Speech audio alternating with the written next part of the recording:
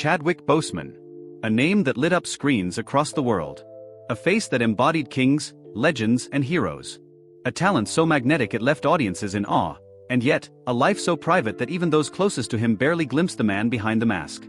But what they found in Chadwick Boseman's estate was nothing anyone could have imagined. Chadwick Boseman wasn't just a star. He was a force quietly shaping the world, crafting a legacy in shadows, far from cameras and applause. Tonight, you will see what even Hollywood didn't see. You will discover the life Chadwick lived silently. And what they found in his estate will leave you breathless, questioning, and profoundly moved. Because Chadwick Boseman didn't just leave behind films. He left behind truths the world wasn't ready to hear. Chadwick Aaron Boseman's rise to global prominence seemed almost mythical. His performances carried an emotional weight that felt ancient, like something inherited rather than learned. But what most people didn't know was how intentionally he built himself. Every role, every gesture, every step shaped by discipline and purpose. Born in Anderson, South Carolina, in 1976, Chadwick was raised in a community where stories mattered. He grew up hearing tales of perseverance from neighbors, church members, local artists. His parents, Carolyn and Leroy, worked tirelessly, she as a nurse, he in textile manufacturing, ensuring their children understood faith, humility, and the profound value of education. Chadwick wasn't loud. He didn't dominate rooms. Instead, he observed. He studied people, their movements, their emotions, their stories. Even as a child, he had a sense of empathy that adults would later describe as old-souled, as if he carried the memory of generations before him. That depth followed him to Howard University, where he studied under the legendary Felicia Rashad. It was during these years that his artistic identity took shape. Rashad recognized something rare in him, not just talent, but a sincerity that made his performances feel lived rather than performed. She pushed him, challenged him, guided him, and unknowingly set him on a path that would influence millions. Chadwick left Howard with more than a degree. He carried a mission, to portray black figures with dignity, complexity, and truth. That mission led him to roles many actors only dream of: Jackie Robinson in 42, James Brown in Get On Up, Thurgood Marshall in Marshall. And of course, the role that would alter cinematic history forever, King T'Challa in Black Panther. But his success didn't change him. Fame never swallowed him. He wore it the way some people wear a coat they don't plan to keep for long, useful but never essential. He valued the purpose behind his work more than the spotlight it created. To the world, he was a superhero. To those who knew him, he was something even rarer, a man who lived with intention, not ego. And yet, as the world celebrated his talent, something else was happening quietly, privately, something only a handful of people understood. A truth that would later make what they found in his estate even more extraordinary. Chadwick Boseman's presence was unmistakable, not because he sought attention, but because he carried an inner stillness that drew people in. On set, he was focused. Off set, he was thoughtful. In interviews, he chose his words like someone who believed every sentence had a consequence. He once said he didn't want to play characters who were just filling space. He wanted roles that meant something, roles that could change people, roles that could shift how audiences saw themselves. That belief shaped everything he did. But what most didn't know, and what only became clear through his estate, was how meticulously he documented his thoughts. Chadwick wrote constantly. Notebooks, voice memos, digital folders, scraps of paper tucked into books. His closest friends said he journaled in airports, on set, in cars, and sometimes even between takes. These writings revealed a man who questioned himself often, who sought clarity, who wrestled with the weight of representation. He wasn't just an actor, he was a historian, a philosopher, a student of humanity. He saw storytelling as a responsibility, and he carried that responsibility quietly, almost painfully. His relationships reflected that same depth. His love for Simone, his wife, was steadfast, tender, private. His bond with his family remained unbreakable despite fame. His friendships were defined by loyalty rather than convenience. Chadwick avoided conflict, avoided excess, avoided anything that distracted from purpose. He didn't drink publicly. He didn't party. He rarely appeared in tabloids. He believed privacy was not a luxury, it was a necessary ingredient for a meaningful life. This discipline made him appear mysterious to those who didn't know him, a man whose silence wasn't emptiness but intention. And behind that intention, behind the calm, behind the quiet strength, was a truth that even those closest to him didn't fully understand until later. A truth that would finally surface, once his estate was opened. August 28, 2020.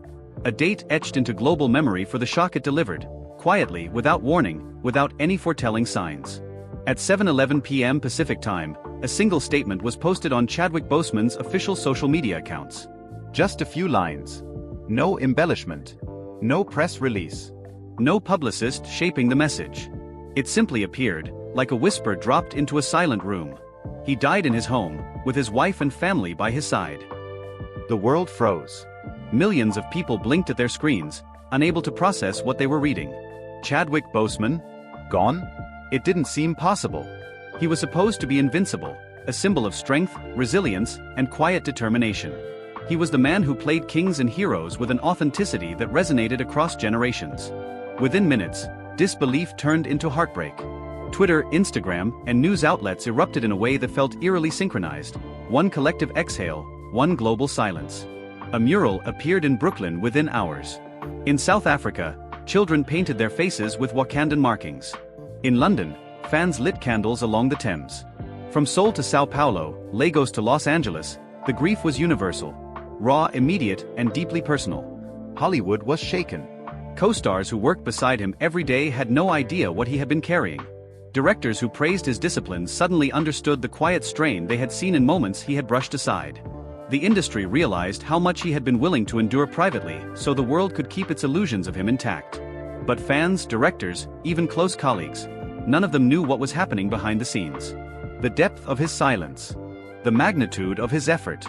The meaning behind the choices he made in his final years. And unknown to all of them, inside his estate, there were clues. Clues that explained not why he left, but how he lived, and what he left behind that would soon shock everyone who had ever admired him. That revelation, however, would come later. For now, the world was simply grieving a man it hardly knew so little about. When the news of Chadwick's passing spread, public mourning was loud, but his family remained silent. Grieving privately, they gathered around Simone Ledward Boseman, his wife, who had walked with him through years of indescribable challenges that few people even knew existed. But beyond their grief, there was a legal reality that had to be addressed. Chadwick Boseman died without a will, a fact that stunned many when it surfaced in public court filings. For someone so thoughtful, intentional, and meticulous, the absence of a will raised questions. Questions that would circle back to the mysterious items found in his estate. The probate process began in the Los Angeles County Superior Court. His widow petitioned to administer the estate, and the court approved her as the personal representative. It was a quiet proceeding, no drama, no fights, no disputes. That alone was unusual for a celebrity estate of his stature. But the burden placed on Simone was massive. Every asset had to be identified. Every document had to be reviewed. Every loose thread of his life had to be traced. There were bank accounts, residuals from films, pending royalties, business contracts, intellectual property rights, personal belongings, digital files, all of which had to be inventoried and valued. The estate's initial valuation, filed publicly, hovered around $939,000, though final numbers would include additional accounts, royalties, and earnings he had accumulated. Much of Chadwick's estate was not material. It was intellectual, emotional, deeply personal. To settle the estate, attorneys went through storage units, digital servers, safety deposit boxes, and hard drives. They opened notebooks. They cataloged scripts with handwritten notes. They sorted through voice recordings he made between takes, messages to himself, reflections he never shared. And slowly, at the intersection of grief and discovery, something unexpected emerged. Items that didn't align with the simplicity of his lifestyle. Items that felt intentional, yet hidden. Items that raised questions without offering easy explanations. That was when they realized. Chadwick left behind more than a legacy. He left behind a map. A map of his mind, his purpose, and his private hopes. A map that no one even knew existed until probate forced it into the light. The boxes arrived one by one. Some taped shut for years, others meticulously labeled in Chadwick's handwriting. Inside them were fragments of a man who had lived in constant reflection. At first, archivists and attorneys assumed they would find typical items: tax records, contracts, notebooks filled with creative notes. Those were there, yes. But beneath them was something else. A set of folders that seemed deliberately arranged, as if prepared for someone to one day open. The first folder was labeled simply, Purpose. Inside it were pages of reflections, quotes, and passages written over the span of many years. Some were short and precise, others long and philosophical. One page read, "Use your name to lift others. Use your time to build something that outlives you." Another said, "Legacy is not fame. Legacy is truth. There were entries about identity, history, faith, art, and the responsibility of representation. Notes about the roles he took, and roles he rejected, because he believed every character he played should tell the truth of a people. Then there were the letters. Stacks of them. Some addressed to family members. Some to Simone. Some to no one at all, letters that seemed to be written for future readers, though he never said who those readers should be. One letter contained only a single sentence. When the time comes, let purpose speak louder than my presence. Attached to another was a small drawing, something he had sketched while filming Black Panther, according to the date. Under it, he wrote, "Stories outlive bodies." And then, at the bottom of the box, they found the item that confused everyone. The item that seemed out of place, yet unmistakably intentional. Something unexpected. Something personal. Something that changed the atmosphere in the room. It wasn't dramatic. It wasn't scandalous. It wasn't even valuable in the traditional sense. But it carried a meaning so precise, so intimate, that even his family needed a moment to understand its weight. And that discovery would unravel everything they thought they knew. When Chadwick's writings were laid out on the long wooden table inside the attorney's office, his family expected to see the usual: creative notes, schedules, maybe personal reflections. What they didn't expect were the letters, hundreds of them. Some were neatly folded. Some were scribbled on the backs of scripts.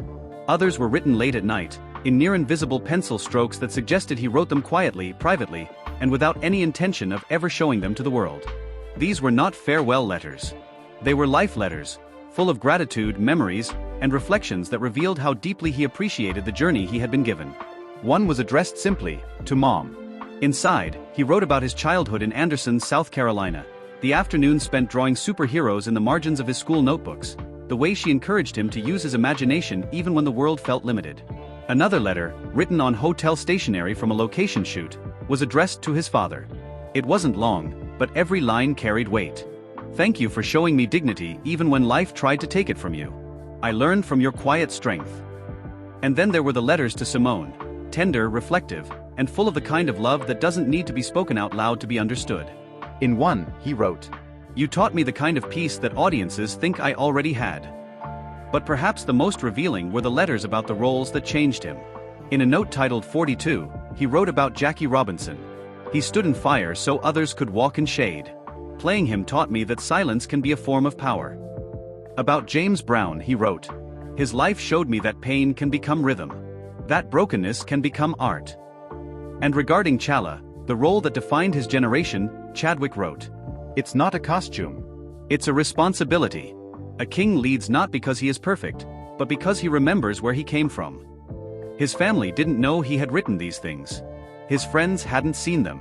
Even his team, the people who worked with him for years, had never heard these words. The emotional impact was immediate. Quiet tears. Soft, stunned breaths.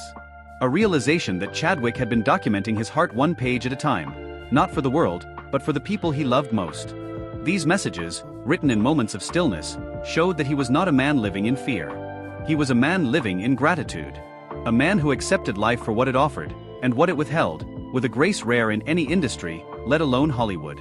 And these letters were only the beginning.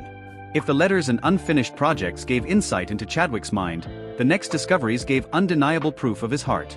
Behind a stack of receipts, contracts, and travel documents, the estate team found a folder labeled only "Gifts." Inside were documents detailing charitable contributions, many of which had been made anonymously.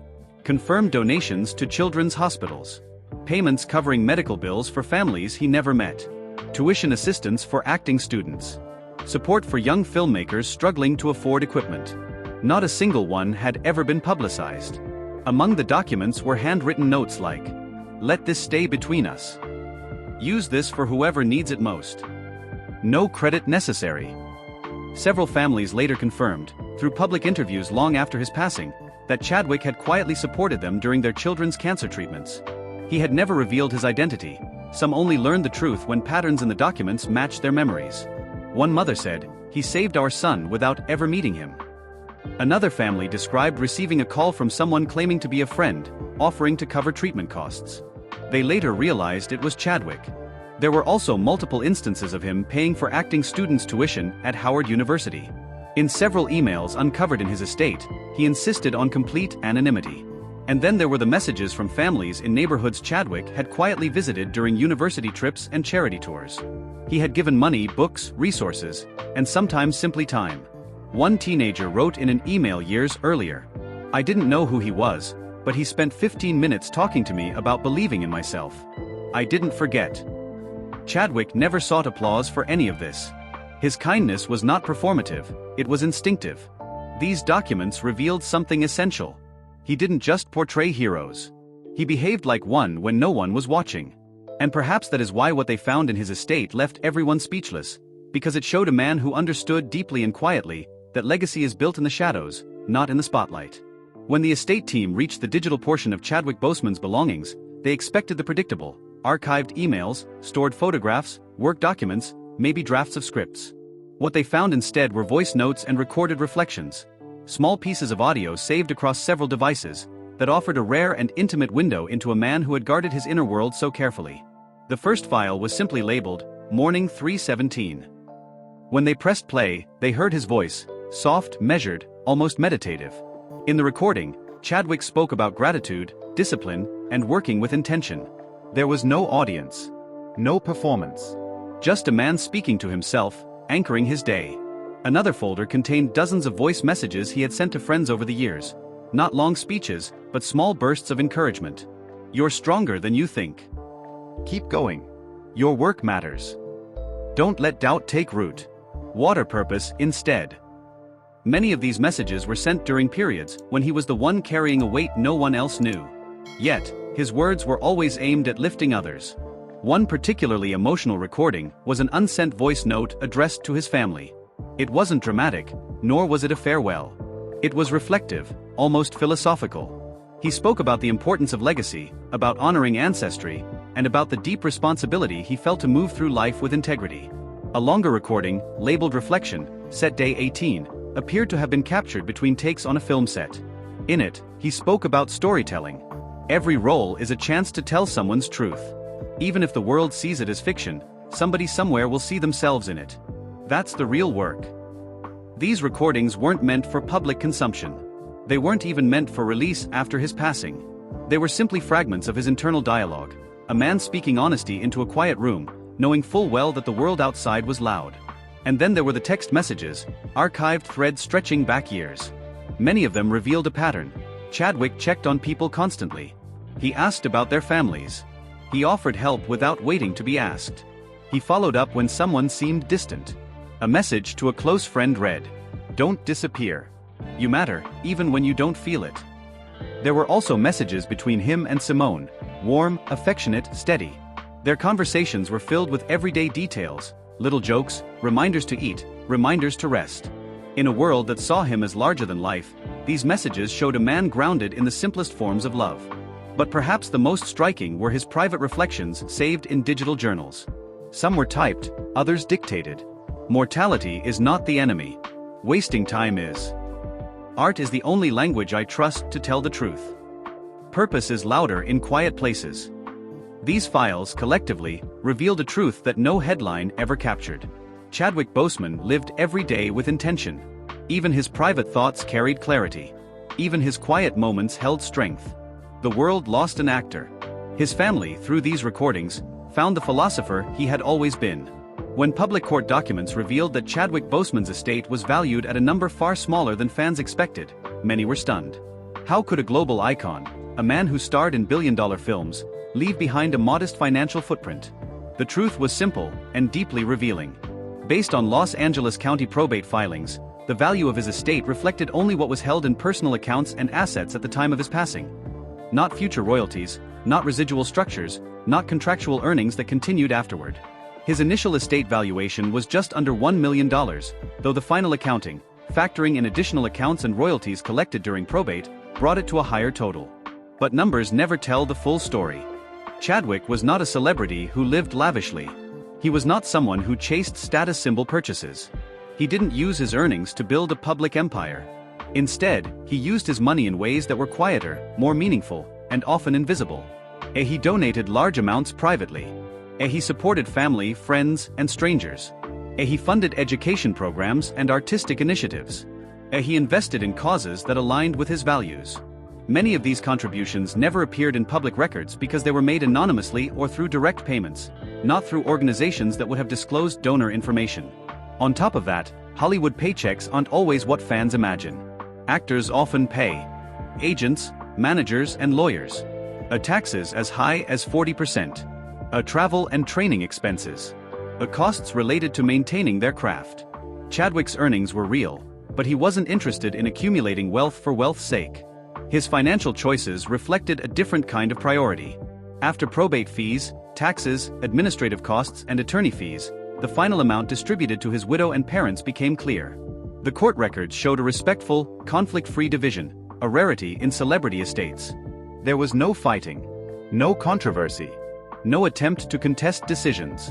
Instead, everything unfolded with the same quiet integrity that Chadwick displayed in his life. His estate was not a story about money. It was a story about meaning. He didn't leave behind enormous wealth. He left behind enormous impact.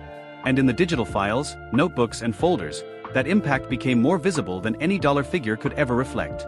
Some of the most emotional discoveries were not documents, recordings, or financial files, but the small, personal objects tucked away in storage boxes, drawers, and cases.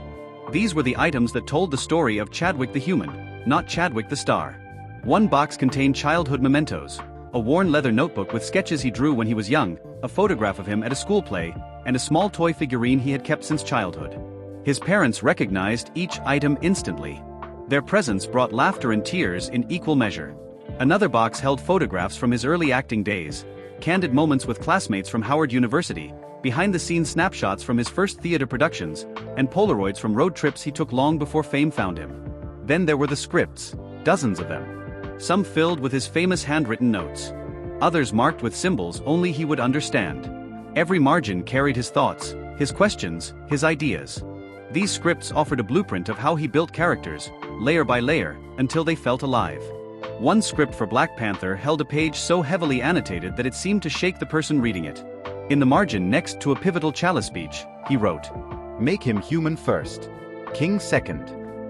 There was also a playlist he had curated, saved on an old device. The songs ranged from African drum rhythms to jazz, gospel hymns, and spoken word poetry. Family members recognized some tracks as the music he listened to during filming, music that helped him stay grounded. Tucked inside another folder were notes on faith, reflections he had written during quiet moments, fragments of scripture, passages from books he loved, and personal prayers he used to center himself before major roles. And then there was the item that made everyone in the room stop moving for several seconds. An item mentioned earlier, the one that seemed out of place, yet unmistakably meaningful. But for reasons only Chadwick truly understood, and reasons that would become clearer as more items were uncovered, it held the weight of a man who lived his life with purpose. A simple object, a profound meaning, a story waiting to be pieced together. And this was only the beginning. There are moments in an estate review when everyone in the room becomes still, when the discovery before them isn't just a document, but a doorway. That moment arrived when they opened a faded blue envelope tucked between two thick notebooks. It was addressed in neat handwriting, "To the one who shaped my path." Inside was a letter Chadwick had written to his mentor, widely understood to be Felicia Rashad, though the letter itself never mentioned her name. The contents were powerful, personal, and filled with gratitude. "You taught me that art is not performance. It is responsibility. You didn't give me confidence, you demanded I earn it." He wrote about the moment she encouraged him to attend a summer acting program in Oxford, a program he could not afford at the time. He thanked her for believing in him before the world even learned his name. At the bottom of the page was one line, written more softly than the others. "I hope I made you proud, even when I was still learning how to be proud of myself." The room fell quiet. Another letter, found in a separate envelope, was addressed to his brother, Derek, a pastor and one of Chadwick's closest life influences. The words were raw, honest. "You showed me how to carry faith without showing fear. You walked with certainty so I could learn to walk with purpose." He wrote about childhood memories, about their shared love for storytelling, and about the spiritual foundation that guided him through every role. A third letter, brief but profound, was found in a notebook marked only with a date, no greeting, no signature. It simply read, "Life is not measured by its length, but by the weight of its love." It was the kind of message one writes when reflecting on legacy, not fame. A sentence so simple and yet so heavy that it brought the attorneys and archivists to silence. And then there was a final letter, one that had been sealed in an envelope, unaddressed. It contained only this: When they speak of me, I hope they speak of kindness before talent. There was no question why these writings changed everything. Because in these letters, Chadwick revealed the truth that millions felt but never saw. He didn't strive to be remembered for the films he made. He wanted to be remembered for the humanity he carried through them. In a temperature-controlled room, dozens of hard drives and memory cards were catalogued. Some contained standard behind-the-scenes footage, others contained files that no one had seen before. When the estate team began reviewing the footage, they expected typical content: rehearsal takes, bloopers, maybe director's commentary. What they found instead was deeply human. There were clips of Chadwick rehearsing monologues alone in quiet corners of film sets. He wasn't practicing lines, he was practicing emotion. He would close his eyes, breathe deeply, and enter the emotional space of the character with a focus that seemed almost ritualistic. In one recording from Marshall, he pauses before a courtroom scene. He whispers something under his breath, a prayer perhaps, or a grounding affirmation. Then he steps into character with total immersion. In another clip from Black Panther, filmed during downtime on set, Chadwick is seen comforting a young extra who seemed nervous about her scene. He kneels down to her eye level, speaks softly, and reassures her until she smiles. The camera operator didn't intend to capture this moment. It happened naturally, off-script, unnoticed until the footage was reviewed years later. There were also videos of him and his co-stars laughing between takes. Letitia Wright teasing him about an improvised line, Denai Gurira practicing choreography with him in the background, Angela Bassett grinning as Chadwick exaggerated a royal gesture just to make the crew laugh. But perhaps the most stunning footage was from a rehearsal video during the final stages of filming *Da 5 Bloods. In it, Chadwick pauses after a particularly emotional scene and turns away from the camera. The director calls cut. Chadwick stands still, breathing slowly, resetting himself with a quiet resilience. Nothing dramatic happens. But the weight is visible, not in a way that reveals personal struggles, but in the way an artist absorbs the emotional cost of telling stories that matter. Documentarians reviewing the footage described it as hauntingly honest. It wasn't the footage of a star. It was the footage of a craftsman. A man who poured every ounce of himself into roles that demanded depth, discipline, and emotional precision. And with every clip, every candid moment, every behind-the-scenes breath captured on camera, one realization became clearer. Chadwick Boseman wasn't performing strength. He was strength. Quiet, steady, purposeful. And the discovery of this archival footage only deepened the mystery and the reverence surrounding the quiet legacy he left behind. When probate neared completion, and the full scope of Chadwick's estate was finally understood, one thing became clear. His legacy wasn't built on wealth. His legacy was built on intention. After taxes, attorney fees, court fees, and administrative costs, the final distribution went to those who had walked beside him the longest: his widow, Simone, and his parents. The court filings reflected a division made with respect, clarity, and unity. There were no disputes, no battles for control, no public disagreements. Everything about the process was quiet, dignified, almost reverent. But the estate wasn't just distributing money. It was preserving purpose. Simone worked closely with his parents to determine which items would remain private, sacred pieces of his life that belonged to the family alone, and which items could eventually help shape archival records, museum exhibits, or educational projects honoring his work. Certain letters were sealed. Certain recordings were locked away. Certain belongings were granted to family members according to their emotional meaning, not financial value. The estate also began creating a long-term structure to manage his intellectual property, ensuring that his image, voice, and legacy would never be misused or commercialized in ways he would have rejected. Chadwick had written often about integrity. Now his estate was preserving it. Royalties from his films would continue to flow, benefiting the family and supporting his philanthropic vision. His unfinished projects, though delicate, were placed under careful review to ensure they were protected, not exploited. Every decision was made with one question in mind: what would Chadwick want? And in the silent space created by that question, his legacy took on a new form, not just as an actor, but as a blueprint for how to live with purpose, dignity, and generosity. The discoveries in his estate didn't just reveal who he was. They revealed who he intended to become. And that, perhaps, was the most beautiful revelation of all. After months of reviewing documents, listening to recordings, and uncovering the deeply personal remnants of Chadwick's life, the attorneys, archivists, and family members realized something unexpected. What they found in Chadwick Boseman's estate was not shocking because it was scandalous. It was shocking because it was deeply, profoundly human. A man who could have lived loudly chose to live quietly. A man celebrated for his strength spent years uplifting others behind the scenes. A man whose face was known across continents left behind evidence of private humility few stars ever possess.